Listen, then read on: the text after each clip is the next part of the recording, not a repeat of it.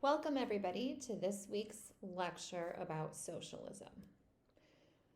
So, socialism, like the other ideologies that we have talked about so far, liberalism, conservatism, originated in the 19th century and specifically in response to a lot of the social and economic inequality that was happening during the early industrialization period. So it really positioned itself as a framework with which we could view the world that was an alternative to the industrialized capitalism that had emerged. And as we know from our coverage of classic liberalism, was okay with there being some level of inequality, right? And just the term socialist and its origins and its Greek origins really just means to combine or share. So, as the reading for this week had talked about, there's three different ways in which we can understand socialism. We can understand it as an economic model, and this is something that we will see when it comes to orthodox communism, the way in which communism with Marxist original ideology was actually implemented with the revolution in Russia. Socialism can also be a labor movement, right? It's a way in which we think about trying to advance the interests of the working class. But that's not necessarily always accurate because it's not just workers who try to promote socialism. And it's also not the case that, no states have a totally free market. And I'll go into that in a little bit more depth in a few slides. So the way that we really think about socialism is a broad ideology that has some core themes to it. But as the reading for this week had talked about, there's like Marxist version and Lenin's and Stalin's versions of socialism, which was under the communist umbrella. And then there's the democratic version, there's social democracy that also focuses on these core themes, but in a much different way, and social democrats emphasize some way more than others. Okay, so here, let's talk about our core themes. The first is community. All people are social creatures. You can solve problems not through individual efforts, but collectively as a group, right? So any kind of broad social and economic problems are solved by working together, and you as a person cannot really separate yourself from the society in which you are a part. Cooperation alongside this is also a core theme. Because people are social creatures, your default response is to try to work together as opposed to working against one another, right? And then it's not to say that material incentives aren't important. It's just that moral ones are also quite important, and that people do want to work toward the common good. Next, we have this concept of equality, and this is a real core theme of socialist thought, that the outcome of social equality is what should be pursued, right? That you should focus on justice, you should focus on the way in which people are treated unequally by society, as opposed to if there's differences in people's outcomes. It's not necessarily because of individual characteristics, which of course everybody is born differently, but it's really because of this society level of inequality and unequal treatment, right? That working together through community and cooperation actually is good for society. It promotes solidarity. It leads to stability as opposed to increasing conflict and instability when you're trying to work against each other. And that really, people have some basic needs, think like Maslow's hierarchies of needs, and that focusing on social equality can help promote that, right? But there's definitely big differences within this broad socialism umbrella of socialism as an ideology as to how you are supposed to get there.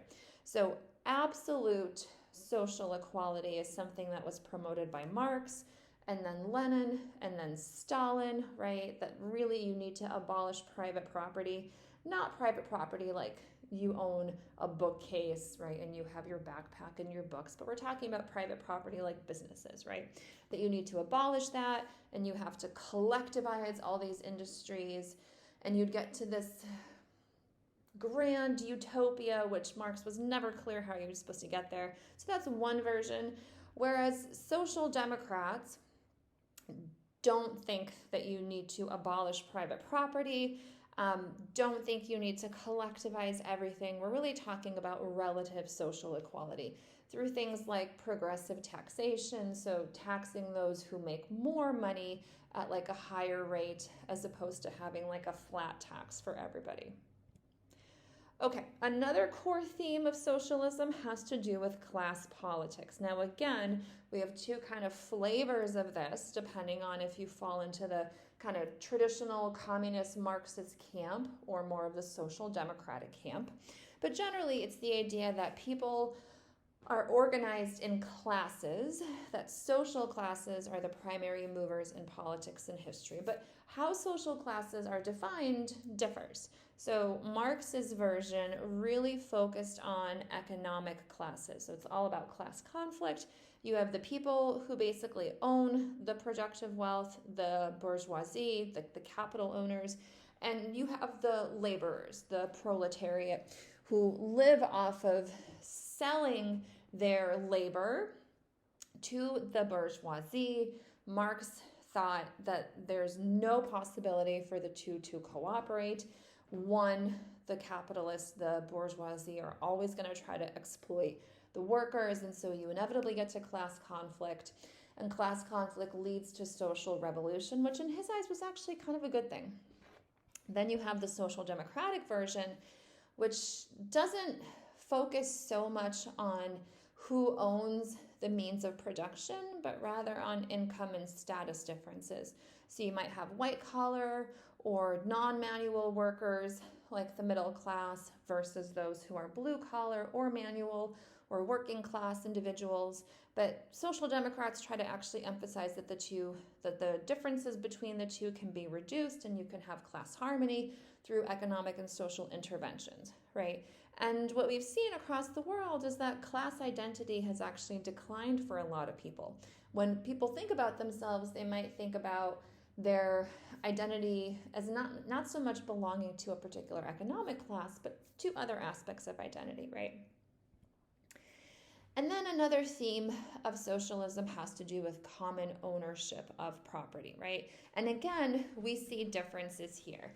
So in the Marxist version, the kind of fundamentalist version, the idea was to abolish private property and lead to collectivization, and eventually the state was going to wither away. How that was going to happen, Marx was not clear on.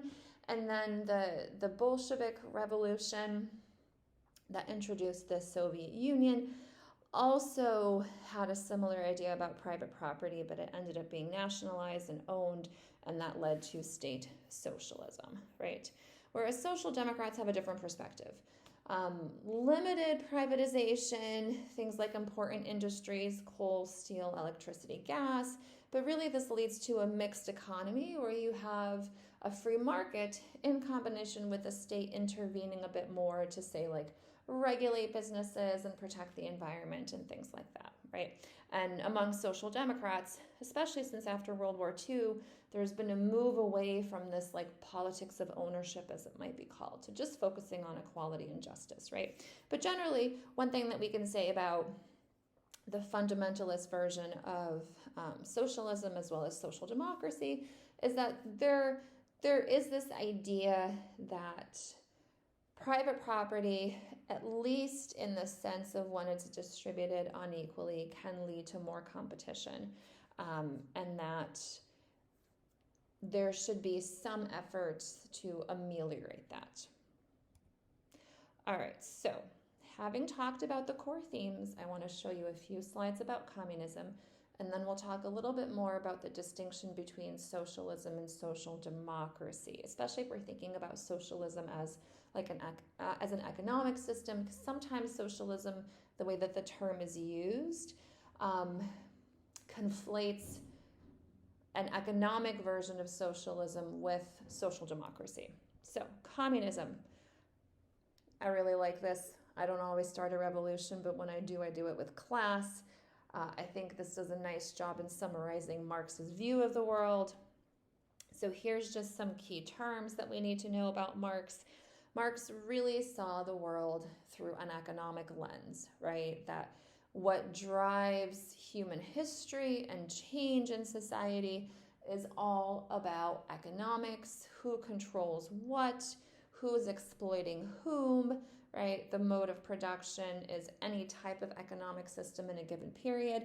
And social revolution is the way that you get from one type of economic system to another. And this is just from our textbook, right? Where you could see the economic base really is what's resulting in any kind of legal and political superstructure, as well as culture, politics, art, etc. All right, so classic communism, the Marxist version of this, had kind of two elements in a nutshell, we can say, right? There's an economic version that the problem with society, especially when Marx was writing, is that capitalism is exploitive and it alienates people, right? That according to Marx's view, people feel fulfilled in their lives through the work that they do. But capitalism makes it impossible for people to feel fulfilled because it forces people into groups, those who own the capital, right? Those who own the factories, and those who work in the factories, the laborers, right? And that it's naturally exploitative. So the capital owners are going to try to exploit the workers always. That's just part of the way that capitalism works, according to Marx. And that even liberal democracy, because remember that there was the classic version of liberalism and then there was a modern version of liberalism, right? That even those versions of liberalism that emphasized individual rights are still going to exploit people because they really just serve the business class and not the workers. And so what you get is you get a system that's of the rich, by the rich, and for the rich, right? And so the way to address this is through social revolution, which Marx thought was just going to happen, right? It's just an inevitable process because you get these class conflicts.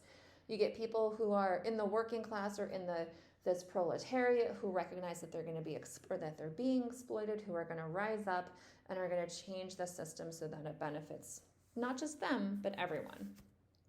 All right, so this is what would happen after this revolution.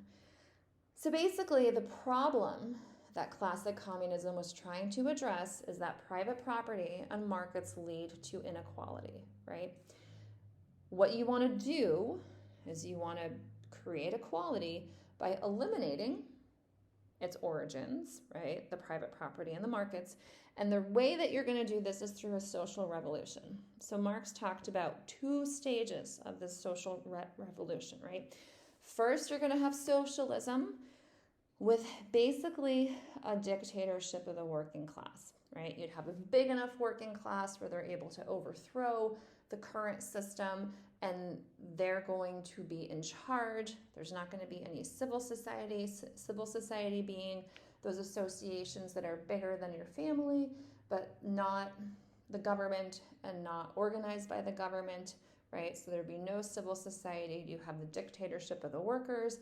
And then, this is where Marx was not super clear, you would eventually get to this communist utopia where the dictatorship ends, there's no class divisions, there's also no states, so there's no countries, human nature changes, society and the economy and life is based on this equality and cooperation, right?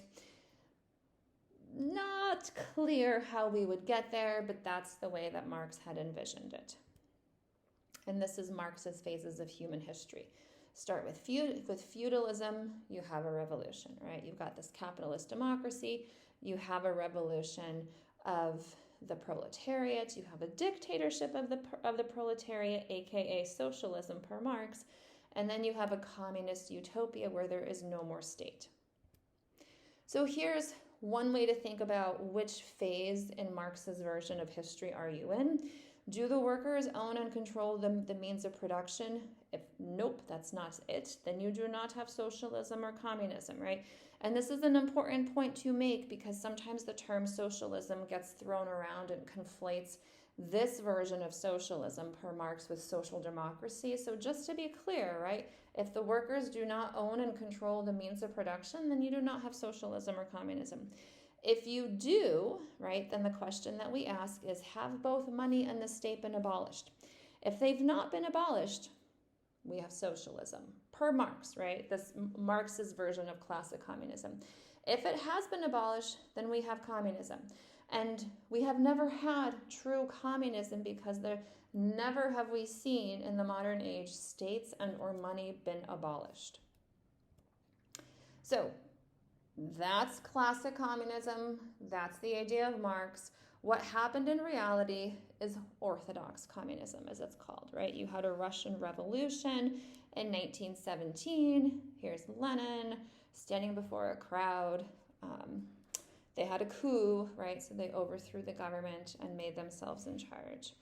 So there was a big difference between classic communism and what actually happened for a couple of reasons. One, Marx did not give a clear guideline for how you were supposed to get from socialism, aka the dictatorship of the working class, to communism, aka there's no state, there's no classes, there's no money, everybody is living in this utopia, right? So that's one thing. Two, the Bolshevik revolution, this communist revolution, happened in the quote-unquote wrong country, because what was supposed to happen per classic communism is you have a huge working class, this big proletariat, recognize that they're being exploited, they see themselves through this new class consciousness, they rise up, they overthrow those who are in charge, rather. But in Russia, there was not a big working class at all. It was primarily an agricultural country. Like, the economy was very much based on subsistence agriculture. And so there was no huge working class to rise up at all. So what Lenin did, and Lenin's not the only one who came up with the vanguard party, but Lenin, in the context of this orthodox communism, introduced the idea of a vanguard party. So you basically have elites, right, leaders who decide that we're still going to have this revolution, we're still going to have a social revolution where not only like the political system, but the social and the economic system are changed too, but that we don't really need to wait for the workers to rise up. We're just going to do it for them, and we're going to, as the elites, represents the still forming working class. And so what you'll get is you'll have socialism will happen for a longer period of time, where you have this dictatorship before the system is changed, but the revolution is going to happen faster because we don't have to wait for there to be a big working class to like regain or to recognize that they're being exploited and to rise up, right? Then, after Stalin came onto the scene in the mid-20s, there was a sort of second Stalinist revolution in the 1930s, where one thing that was distinct about Stalin is he said that you could have socialism in just one country, so you didn't need to have this international revolution as Marx had originally envisioned. And the economic version of Stalinism is that you started to have what's essentially a command economy, right? So unlike the idea that the state's going to wither away, what you had is the state deciding to control the economy to promote development, to eventually lead to this communist utopia, right? So you had this first 5-year plan that was introduced in the late 1920s, and you had the state collectivizing everything. So taking private property and basically saying, okay, so you own this store before, good for you. The store actually now belongs to the government, right? It's part of the state. And so that led to state socialism, essentially, right? Where you have socialism, not a dictatorship of the working class, but essentially a dictatorship of the state, with the idea that this is being done to lead to greater equality. Hence, the need to take all of the private property and distribute it amongst everybody.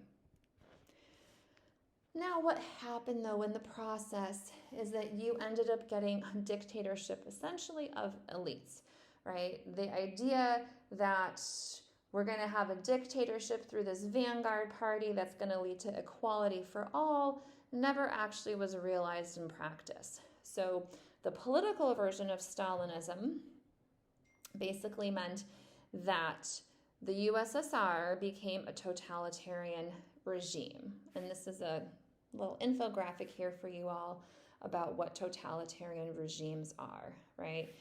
And this here is from an article in the New Yorker that talked about how Stalin instituted both his 5-year plan and also this campaign of terror, especially in 1937 through 1938, that essentially tried to eliminate all possible opposition, right?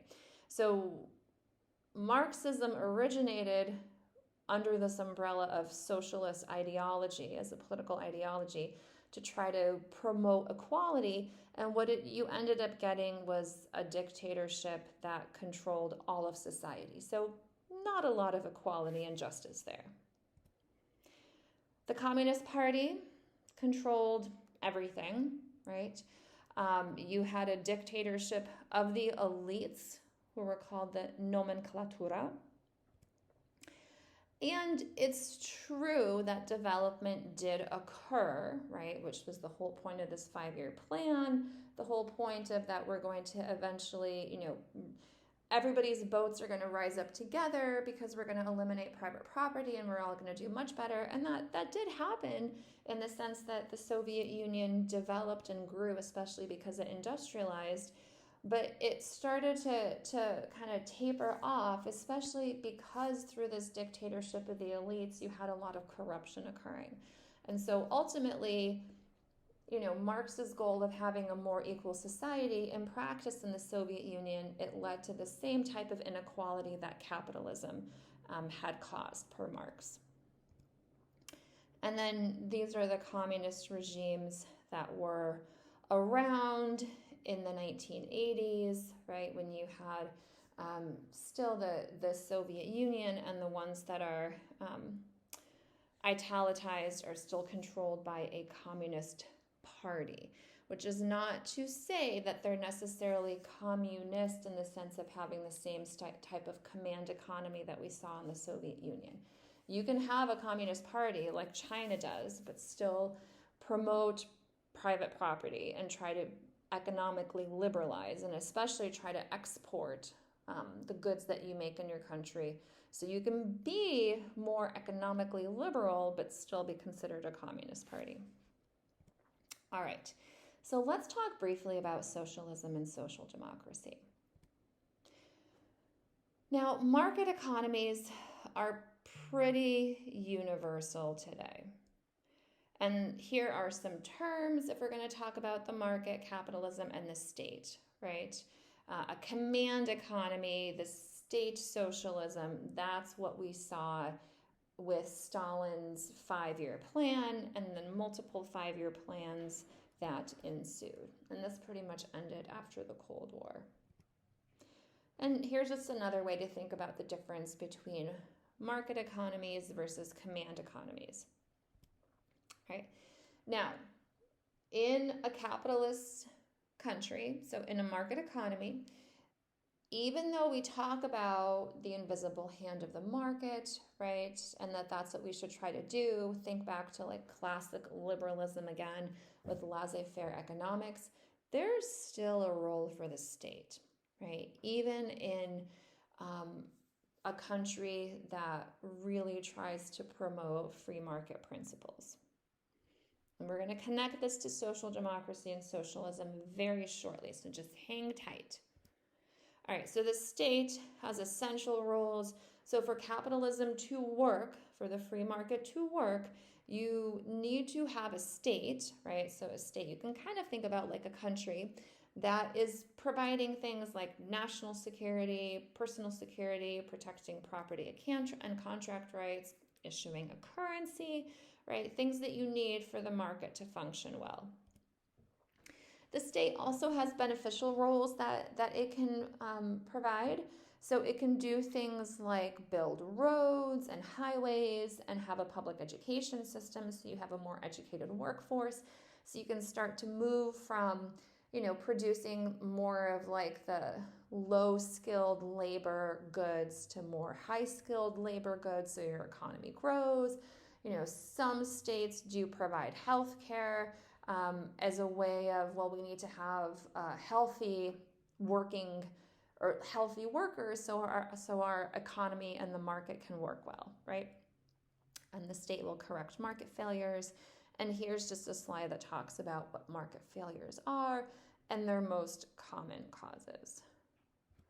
And then finally, the state has politically generated roles too, right? States intervene in the market because people want them to, right? Think about improving working conditions. Think about redistributing income, like with Social Security in the US, and think about protecting the environment, like with the EPA. Now, most states today actually have mixed economies, right? So there's a gradient here of countries that are more communist leaning, say like North Korea. And communism here we're defining in that sense of orthodox communism with Lenin and especially Stalin thinking about trying to promote social justice through the elimination of private property in the sense that the state controls it, right? So you have some countries that are here, and then you have other countries that are leaning more towards a pure free market, but there are no countries that are pure free markets because the state still has essential and beneficial and politically generated roles that it plays. Social democracy today is and here we're talking about social democracy not necessarily as like an ideology, but we're talking about it as a type of political regime, which is basically how a state is governed, right? So social democracy today are democracies that emphasize different types of rights for people. So political rights and civil rights, right? These are rights that you have in the context of when elections are being held, as well as what happens in your country when, in between elections, and social rights that focus more on a social safety net, but also emphasize free markets, right? So these are basically free market economies that have a more robust social safety net, like countries in Scandinavia, right? The Nordic model. So here's one way in which we can measure social democracy, right? Remember, socialism talked about equality of outcomes.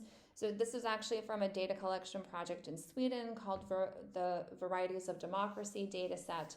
And they have different ways in which they measure democracy. This is their version of egalitarian democracy, which is the closest thing to what we would think about as like social democracies, focusing on social rights within that, broad ideological umbrella of socialism.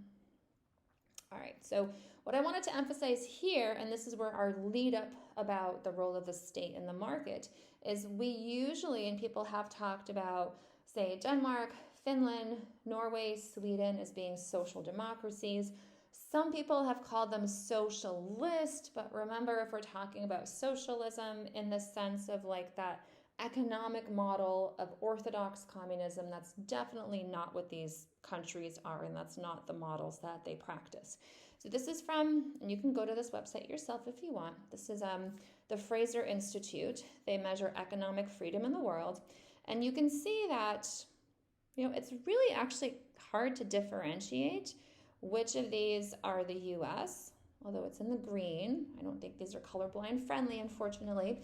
But the US and all these Nordic countries who we would associate as being social democracies are actually pretty similar to one another, right? This is still from that Fraser Institute. Here's China, right? China used to be much less economically liberal, but it's become more economically liberal over time. And actually, the country that's the least economically liberal today is Venezuela. So I bring all this up just so that we can understand that social democracy today is a system that really does focus on free markets, but there's a greater emphasis on the state intervening to provide a bigger social safety net. And if you're interested, here is a video from the Fraser Institute that talks about how they define and measure economic freedom. And then let's circle back to socialism as an economic model, right? The socialist economy, here we're talking about the orthodox version of communism in particular, right, is the idea that the economy is organized around the social ownership of the means of production. And as was mentioned in your book, right, there's different versions of socialism, there's different versions of communism even, with orthodox, classic, and neo-Marxist communism. But generally, right, socialism as an economic model, if we're thinking about it from the Marxist and Lenin and Stalin perspectives, you really want to abolish the market and private property, and you want to do so in a pretty violent and an undemocratic way, right, versus maybe a different perspective where it can be done more peacefully. And then I thought this was a great podcast episode. So Freakonomics, there's actually a book by this title that came out probably, 15, 20 years ago now, but they have a really good podcast that talks about all kinds of economic matters and how it relates to politics. And this is a really good episode that talks about socialism and what it means. Bernie Sanders has called himself a democratic socialist, but really what he's talking about here is not that the government should own all the means of production, but that you should really just kind of tax more so you can provide more public services to people. If you have not seen Larry David's skit on Saturday Night Live doing an impression of Bernie Sanders, it's pretty spot on and funny. All right, so let me give you one final example. When we're talking about socialism as an economic model, and when people say, things are socialist versus social democracy, right? So Utah, if you've ever been to Utah controls where you can purchase alcohol from. So there's these state liquor stores that are run by the Department of Economic Beverage Services. And so if you want to say, buy a beer for after you go skiing or snowboarding, you want to have a nice drink and relax, you have to purchase your alcohol through the state liquor store, right? So it seems like the state is controlling part of the economy here, right? Is this socialist? Well, no, it's not, because, right, there is still a very robust private microbreweries who don't have any kind of a 5-year plan dictating what they can and cannot produce, right? So just to kind of sum it up, when we're talking about the difference between, say, the classic or orthodox version of communism, which sometimes is just called socialism, and social democracy, right, we're really talking about differences in the way in which the regime is structured, right? Orthodox communism and classic communism was totally okay with having a dictatorship, whereas social democracy is not. It's still a democracy, just a bigger provision of social rights. And then this is from the Varieties of Democracy data set, their egalitarian democracy index measure. And what we can see here, right, and unfortunately I couldn't embed this in the slides to show you, but you can go to this through this link, right? So there's no country that scores in the absolute highest decile, but here, countries that score pretty much the highest in the world on this egalitarian democracy index, which is essentially akin to social democracy, are probably, as we might expect, countries that happen to be Nordic, right? Here's countries, Western Europe, Japan, Australia, who score in this decile, and then we have the US and then other countries around the world, right? The reason why we see China here, even though we know that there's a communist party in China, is, remember, this measures democracy. So China is not a democracy, and therefore it's going to score pretty low on this. And that is it for this lecture for the week.